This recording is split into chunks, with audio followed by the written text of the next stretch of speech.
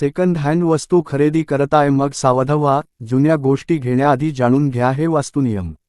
अनेक जणांना जुन्या वस्तू किंवा अँटिक वस्तू खरेदी करण्याची सवय असते, तर काही जण काही ना काही कारणांमुळे सेकंड हँड वस्तू आपल्या घरासाठी किंवा स्वतःसाठी खरेदी करतात.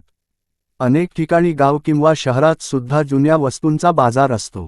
मात्र अशा ठिकाणाहून जर तुम्ही कोणतीही वस्तू खरेदी करत असाल तर त्यासाठी तुम्हाला वास्तुनियमांची माहिती असणे आवश्यक आहे. प्रत्येक वस्तूमध्ये एका प्रकारची ऊर्जा म्हणजेच एनर्जी असते. ही एनर्जी पॉझिटिव्ह किंवा निगेटिव्ह सुद्धा असते. त्यामुळे घरी जुन्या वस्तू आणताना कोणत्या गोष्टींची काळजी घ्यायला हवी पाहूयात. आजकाल बाजारात कमी दरात जुने कपडे मिळतात. काहींना ते कपडे जुने असतात हे माहीतच नसते. किंमत कमी म्हणून असे कपडे अनेकजण विकत घेतात. मात्र त्या कपड्यात एका प्रकारची एनर्जी असते.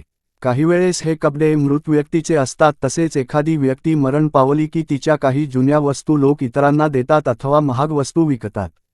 काही लोक फर्निचर, जुने सामान, कपडे, दागिने, भांडी, शोभेच्या वस्तू अशा कितीतरी गोष्टी कमी दरात विकतात.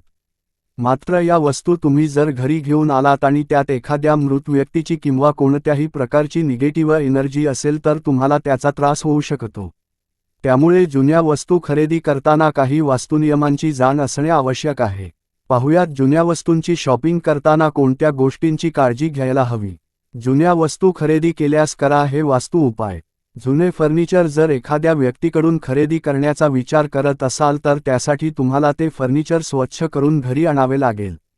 आता फर्निचर स्वच्छ करणे म्हणजे ते पुसून घेणे नव्हे, तर त्याच्यातील नकारात्मक ऊर्जा दूर करण्यासाठी फर्निचरला तुम्ही मिठाच्या पाण्याने स्वच्छ धुवून किंवा पुसून घ्यावे.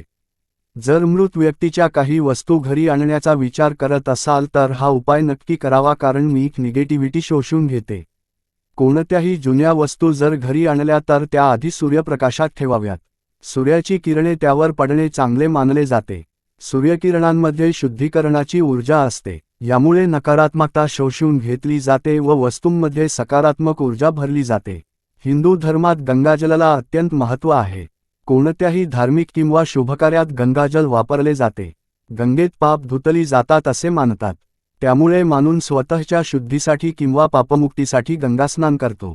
त्यामुळे कोणत्याही प्रकारची नकारात्मक शक्ती दूर करण्यास गंगाजल उपयुक्त मानले जाते. यामुळे जुन्या वस्तू घरी आणल्या तर त्यावर गंगाजल अवश्य शिंपडावे. जुने कपडे किंवा कोणत्याही वस्तू जर घरी आणल्या तर घरात लोबान, धूप किंवा कपूर जाळावा. हे लोबान किंवा धूप घरात सर्वत्र फिरवावे. यामध्ये घरातील नकारात्मकता दूर करण्याची शक्ती असते. त्यामुळे पूजेत आरती करताना कापूर लावला जातो. जुन्या वस्तू जर घरात आणत असाल तर वरीलपैकी एखादा उपाय करावा. तसेच या वस्तू जमल्यास थोड्या बदलाव्यात. म्हणजेच फर्निचर असेल तर त्याला रंग द्यावा. शोभेच्या वस्तूंमध्ये थोडा बदल करावा. कपड्यांना डाय करता आले तर पहावे. अशा प्रकारे वस्तूंना नवीन टच देण्याचा प्रयत्न करावा.